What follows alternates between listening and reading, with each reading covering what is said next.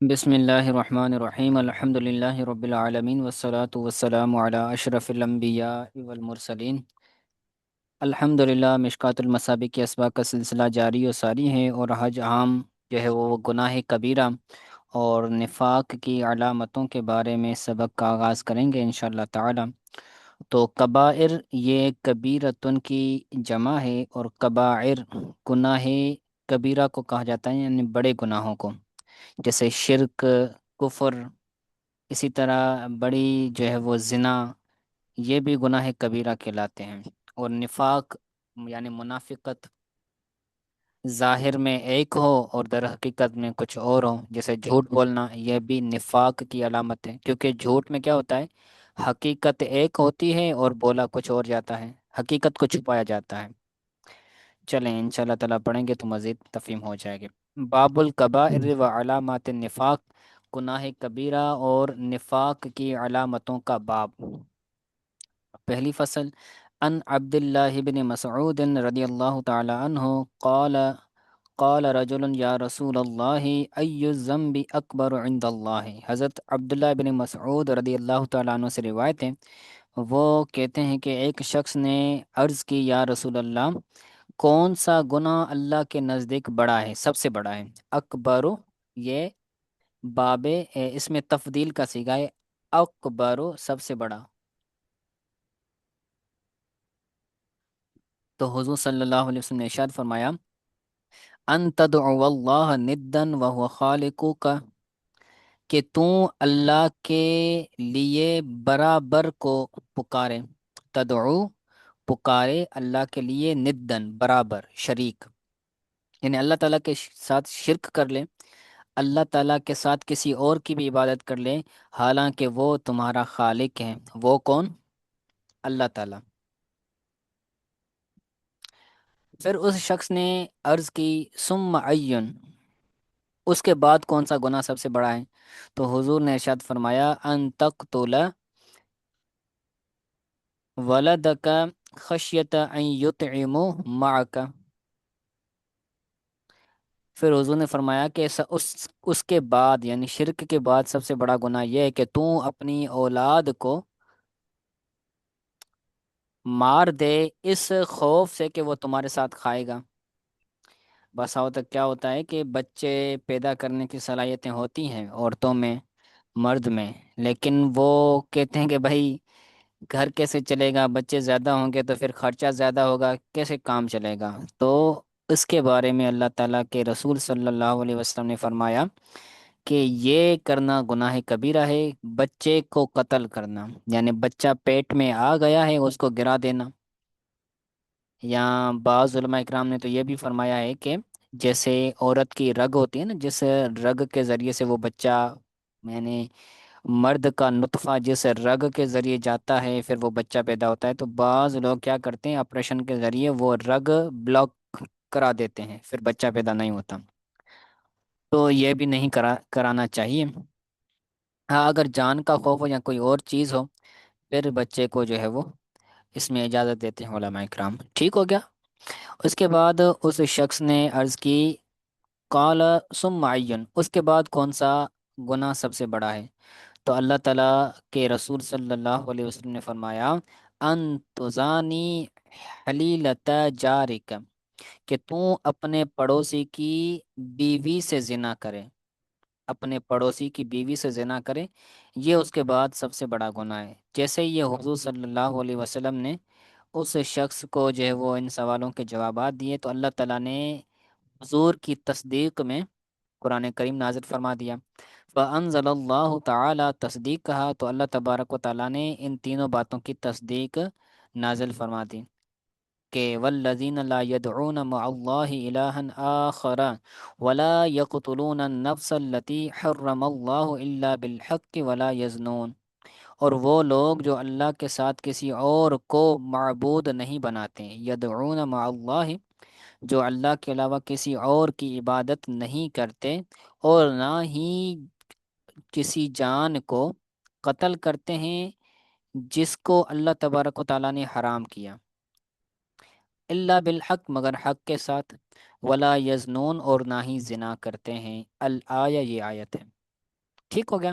تو حضور کے فرمان کی تصدیق میں اللہ تعالیٰ نے قرآن کریم نازل فرما دیا، یہاں پر جو فرمایا نا کہ کسی جان کو قتل نہ کرے جس جان کو اللہ تعالیٰ نے حرام کرا دیا، یعنی اس کو مارنا، اس کو قتل کرنے حرام کرا دیا ہے، اللہ بالحق، مگر حق کے ساتھ، یعنی اگر کوئی بندہ ایسا ہے جس نے کسی کو قتل کیا ہے تو قصاصاً اس کو کیا کیا جائے گا؟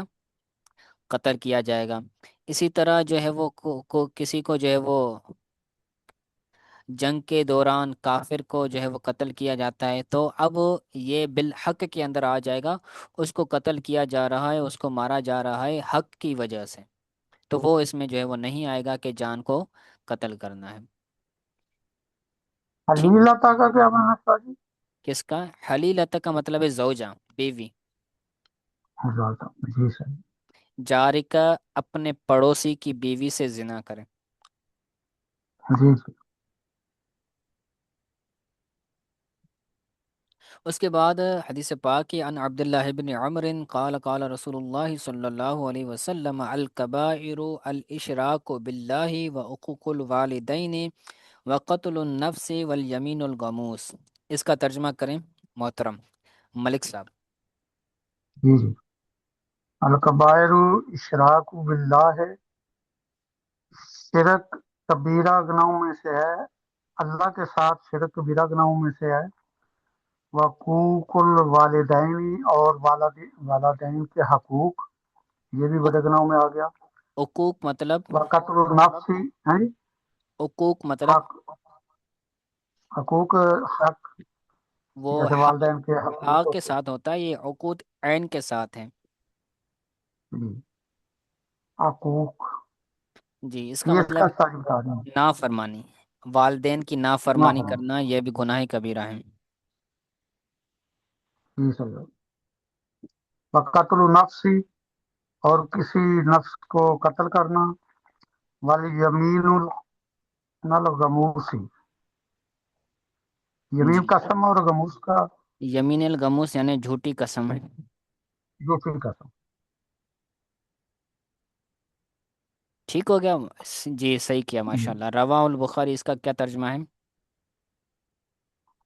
یہ روایت ہے جو بخاری شریف سے لی گئی ہے، جی، اس روایت اسے کو امام بخاری اس نے روایت روایت کو کیا ہے۔ بخاری میں، جی جی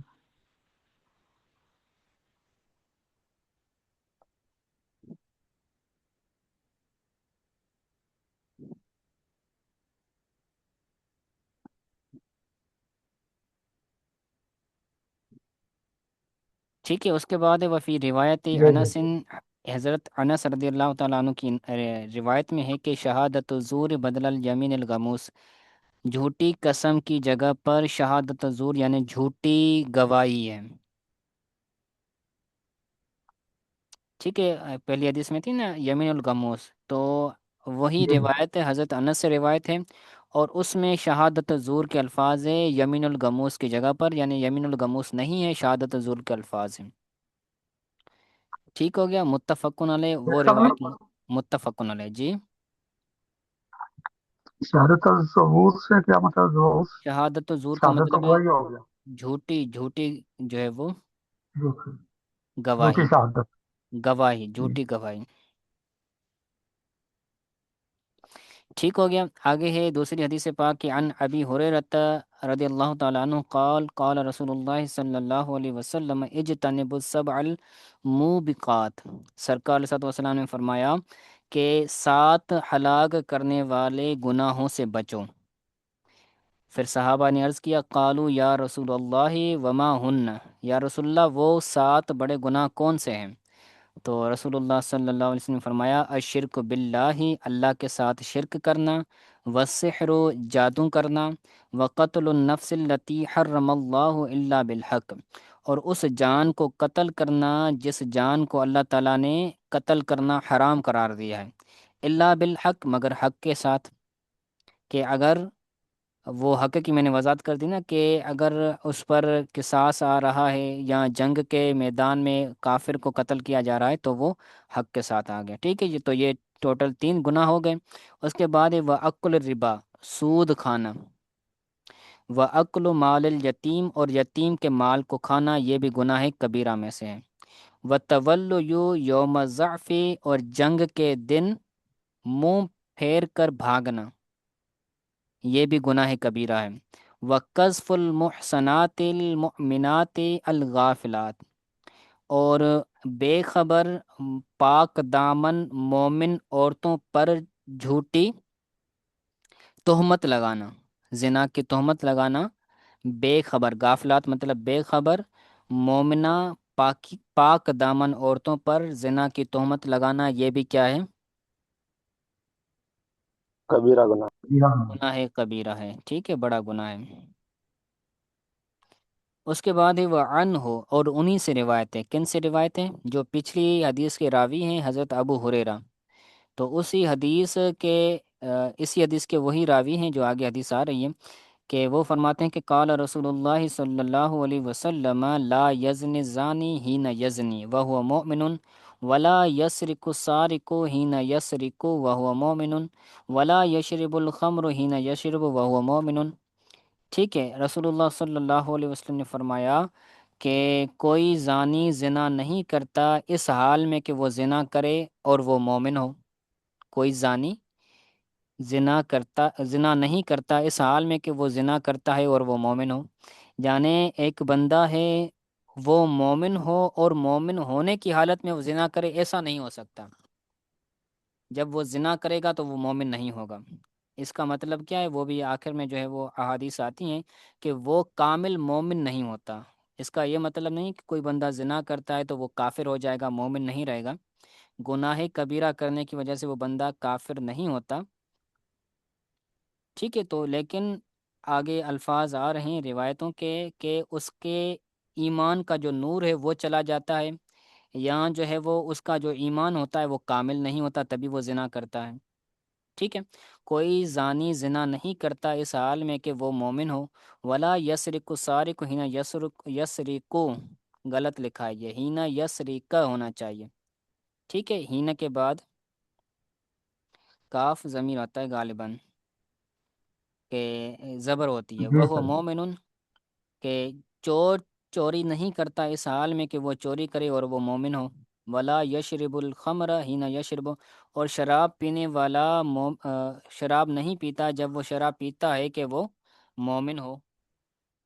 ولا ینتہب نہبتا یرفع الناس الیہ فیہا ابصارہم حین ینتبہها وہو مومن، اور کوئی ڈکیتی نہیں کرتا کہ اس میں ڈکیٹ میں لوگ اس کی طرف اپنی آنکھیں لگا کر دیکھتے ہیں۔ ہین ینتہبھا، جب وہ ڈکیٹی ڈالتا ہے، یعنی جب کوئی ڈاکو ڈکیتی ڈالتا ہے تو اس وقت کیا کرتا ہے؟ جس کا مال چھینا جاتا ہے، جس کے مال کو لوٹا جاتا ہے، تو وہ بندہ اس کی طرف دیکھ رہا ہوتا ہے کہ میرا مال چھینا جا رہا ہے، میرے مال کو جو ہے وہ لوگ جا رہے ہیں، لے کر جا رہے ہیں، تو کیا ہوگا؟ وہ اس کی طرف نظریں لگا کر دیکھتا ہے۔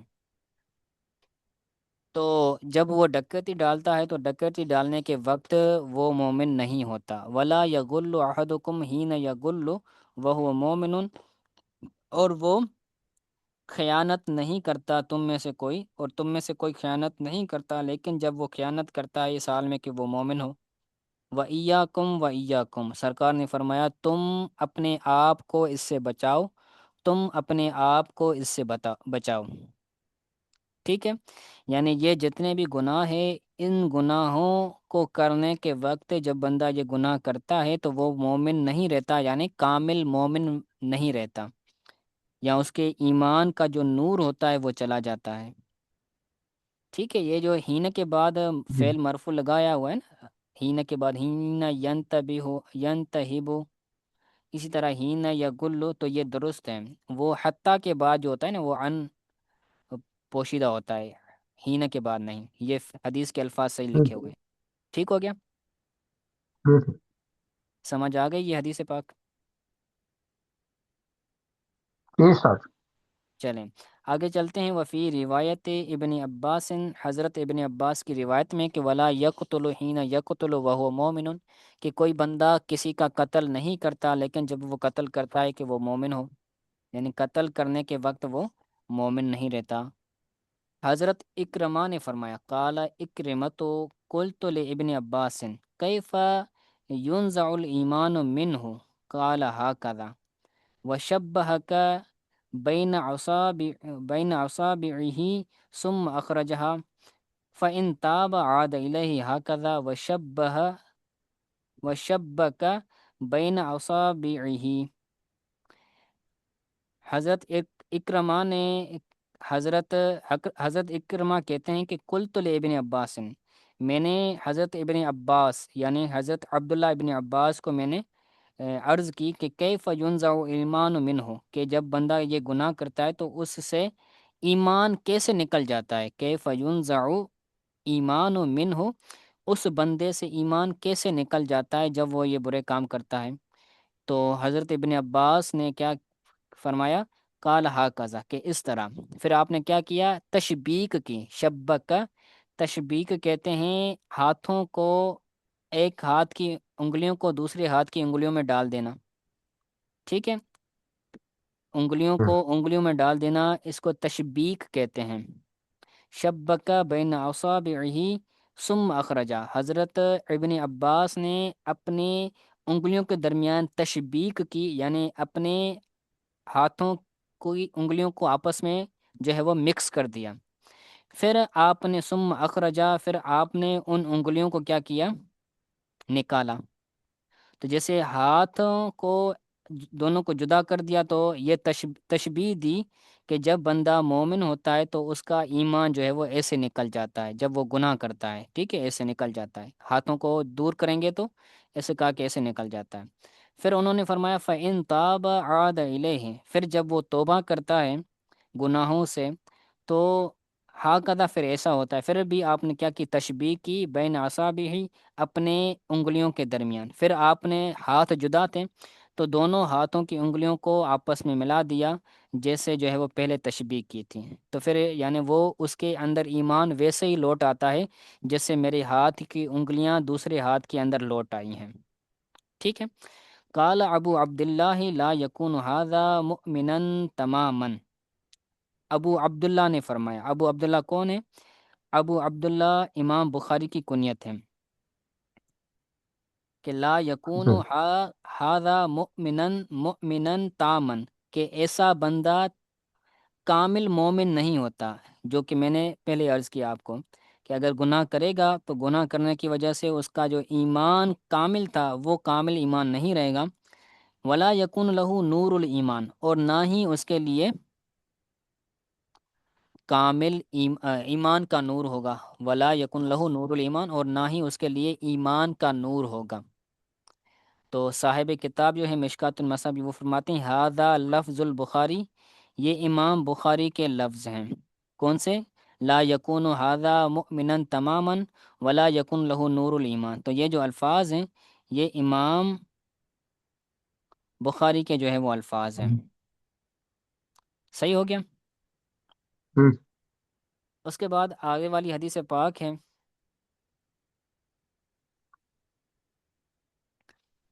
کہ ان ابی ہریرہ قال قال رسول اللہ صلی اللہ علیہ وسلم آیت المنافق ثلاث، سرکار صلی اللہ علیہ وسلم نے فرمایا کہ منافق کی نشانیاں تین ہیں۔